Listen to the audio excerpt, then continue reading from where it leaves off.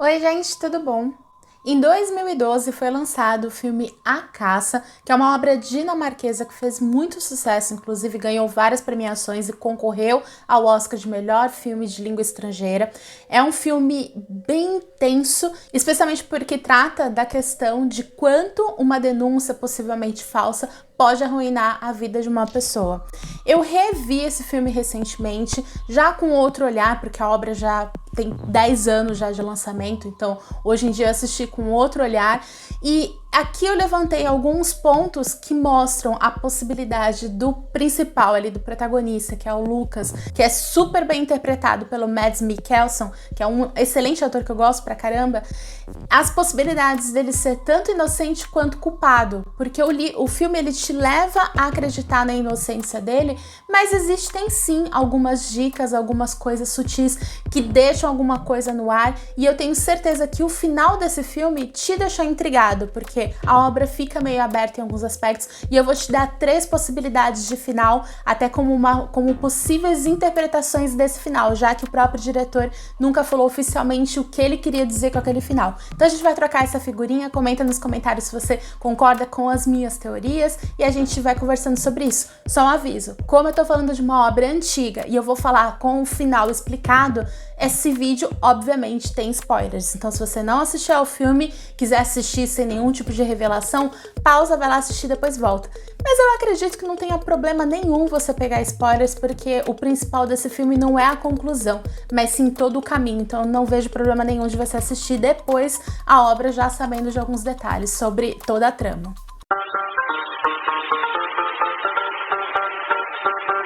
Antes da gente conversar um pouquinho sobre o filme A Caça, eu vou pedir para você dar uma conferidinha se você já está inscrito aqui no canal. Senão eu vou te convidar a clicar nesse botãozinho inscrever-se. Também já me ajuda e dá um like logo agora no começo do vídeo, que esse seu curtir vai me ajudar muito na divulgação tanto desse vídeo quanto desse canal para pessoas que talvez nem conheçam. Aqui no canal eu trago bastante vídeos sobre literatura, sobre cinema, seriados, cultura pop em geral, faço vlogs. Então se você gosta desses temas, esse canal é para você. Aqui embaixo estão marcadinhas todas as minhas redes sociais, me segue por lá, eu adoro interagir com todos vocês. E na caixinha de comentários comenta outras teorias ou se você concorda comigo com essas explicações. O filme A Caça foi dirigido pelo Thomas Vinterberg, é uma obra dinamarquesa que está disponível na Amazon Prime Video no momento da publicação desse vídeo, então corre lá para assistir. E fala sobre o Lucas, que é um professor, que é um atendente ali numa unidade de ensino infantil. Então ele cuida ali das crianças da creche. É uma cidadezinha, uma pequena vila ali na Dinamarca, onde todo mundo se conhece, todo mundo se dá bem. O Lucas tem uma grande amizade ali com os moradores locais.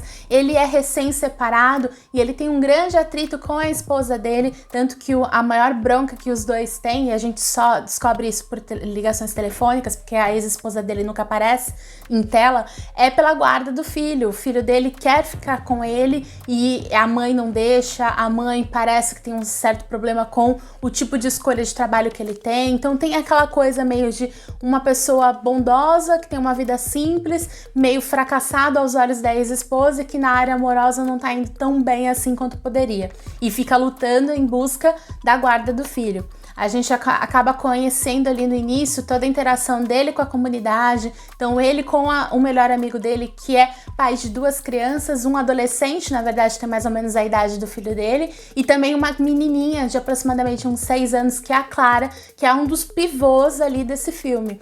A gente acompanha a interação dele com a Clara, inclusive ele fala algumas coisas em alguns momentos que ele leva ela pra escola, tudo mais, e em alguns momentos também fica muito claro a paixonite que ela tem pelo próprio Lucas. Então ela escreve uma cartinha, que é aparentemente uma cartinha de declaração, no momento ali de interação entre as crianças ela acaba roubando um beijo do Lucas, o Lucas conversa com ela, fala que isso é errado, ela aparentemente fica meio brava com essa situação e comenta com a diretora da escola que o Lucas acabou fazendo algo com ela. Inclusive, uns dias antes, a gente acompanha também que um amigo do irmão dela mostrou alguma coisa assim num tablet, alguma coisa mais picantezinha. Então, a gente já sabe que isso estava na mente dela talvez por alguma influência externa. Então a gente fica naquela questão de que, tudo isso foi causado porque ela viu um vídeo, tudo isso foi causado porque ela ficou com raiva do Lucas. E aí o problema é que todo mundo ali na escola começa a acreditar nisso e, obviamente, é uma bola de neve, né? A escola acaba chamando os pais, conversa com todo mundo, um vai comentando com o outro e com o tempo o Lucas fica, de fato, super à parte ali da sociedade. Ninguém quer nem atender ele no mercado, tá uma situação bem complicada. O filho dele, Marcos, volta a morar ali na cidade, inclusive o próprio Marcos passa por diversas situações, ele é agredido, muita coisa acontece e a gente vê que, de fato, a vida do Lucas desmorona por causa dessa denúncia. Aqui eu vou comentar o meu ponto de vista seguindo a teoria principal, que é o que aparentemente o filme faz com que você acredite, que é o fato do Lucas ser inocente, que ele não fez nada com a Clara. Isso tudo fica muito claro em alguns momentos, como por exemplo, na interação dele com outras crianças, a gente não vê nenhum tipo de situação em que ele tenta fazer algo com alguma criança. Ele tem todos os momentos em que a gente em tela acompanha a relação dele com a Clara, uma relação muito respeitosa. Ela aparentemente gosta muito dele, ele não faz nada pra ela. Todas as situações que acabam acontecendo ao longo do filme acabam contradizendo o que acontece, o que está sendo discutido nessas denúncias. Então a gente acompanha o filme acreditando realmente na inocência do Lucas, porque tudo que é mostrado em tela mostra essa questão mesmo de que ele é inocente. Porém, se a gente analisar algumas coisas que talvez tenham sido colocadas ali como dicas do diretor da produção para que a gente talvez duvide do relacionamento do Lucas, talvez não com a Clara, mas com alguma outra criança, são colocadas ali sutilmente. Como, por exemplo, o próprio final. Para você que não lembra, o filme acaba um ano depois, né, no ano seguinte do que aconteceram as acusações. O Lucas, ele foi inocentado, o pai da criança acreditou, todo mundo ali da comunidade aparentemente acreditou, e o filho dele acaba ganhando a primeira arma, né, porque ele acaba ganhando a licença para caçar, que é uma coisa super tradicional ali na região deles. E quando eles estão ali naquela caça, o Lucas acaba se separando de todo mundo e ele acaba vendo um tiro passando por ele, né? E aí quando ele vai olhar, ele não vê ninguém e ali fica aquela temática meio aberta, né? Por que que alguém ainda duvidava dele? Por que que teoricamente alguém estaria tentando matá-lo ou tentando ameaçá-lo? Isso já deixa um pouco um suspense no ar de que talvez ou ninguém esqueceu o que aconteceu ou alguém tem certeza de que aquilo aconteceu. Eu achei diversas teorias pela internet, inclusive um canal, acho que é do Jairo, eu vou colocar aqui embaixo qual que é, em que ele fala muito sobre essa teoria de que o Lucas pode ser sim um culpado nesse caso. Algumas palavras eu não vou poder usar porque senão o YouTube vai cortar aqui o vídeo, mas você entendeu, né? De que ele faria alguma coisa de fato com as crianças, especialmente focado no irmão da Clara. E eu concordo. Eu acho que ele talvez seja o principal motivo ali de todas essas questões.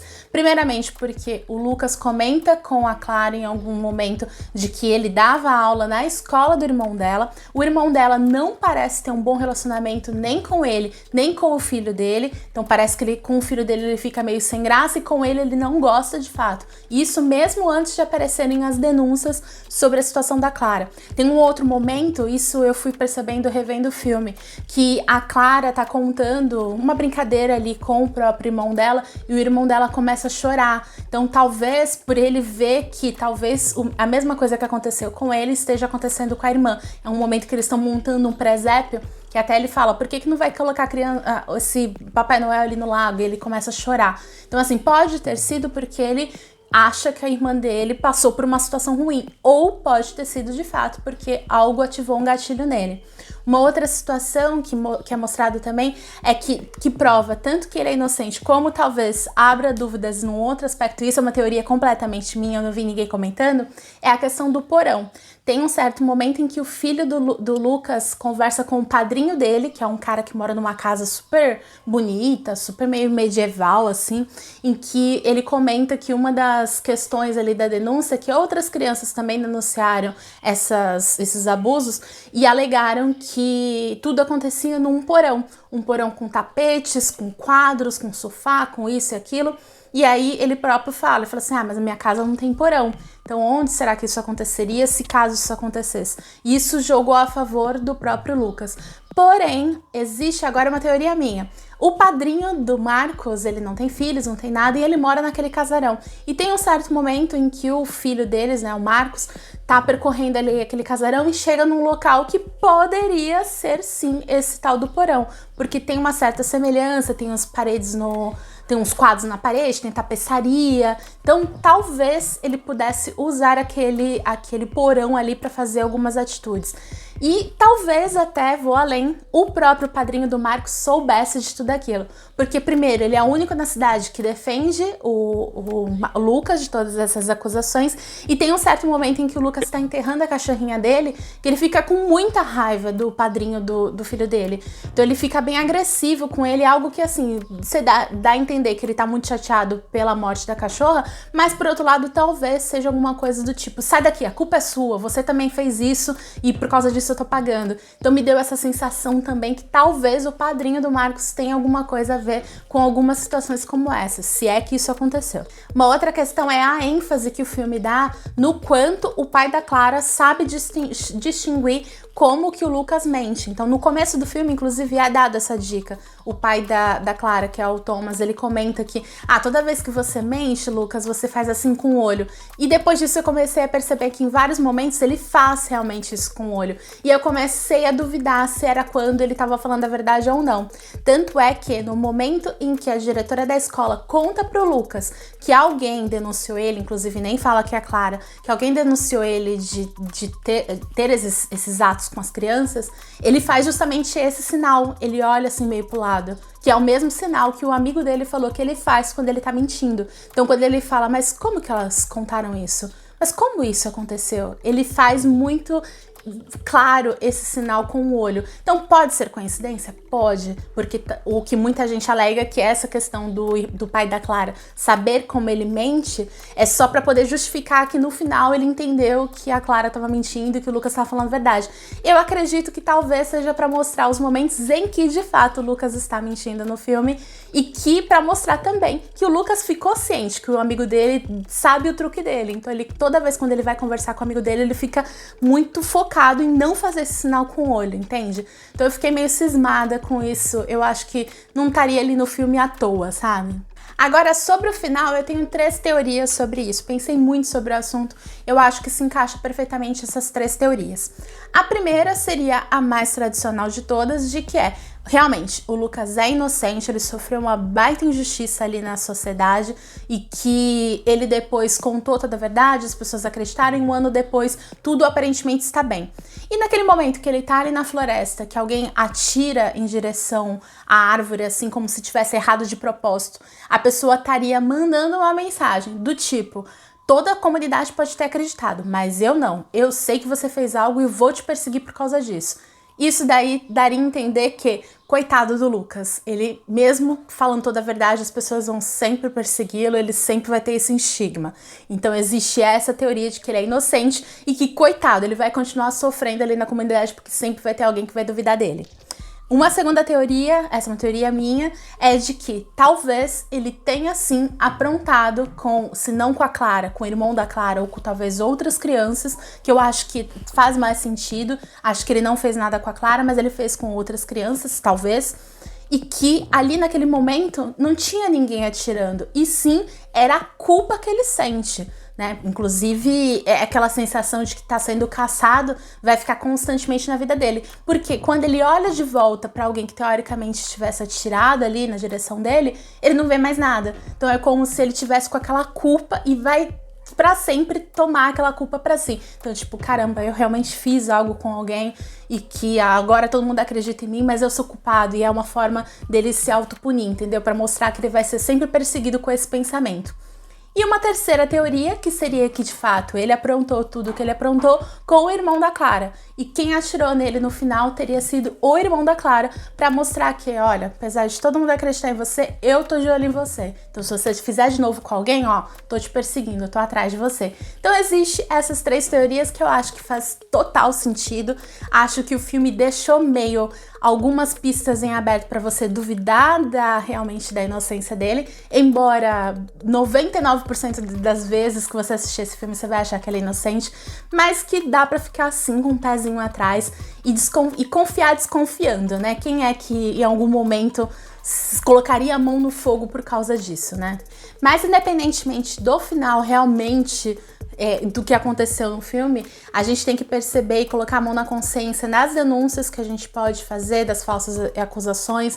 Existem casos muito famosos aqui no Brasil de pessoas que tiveram a vida acabada por causa de denúncias falsas, então tem que tomar muito cuidado antes de apontar dedos.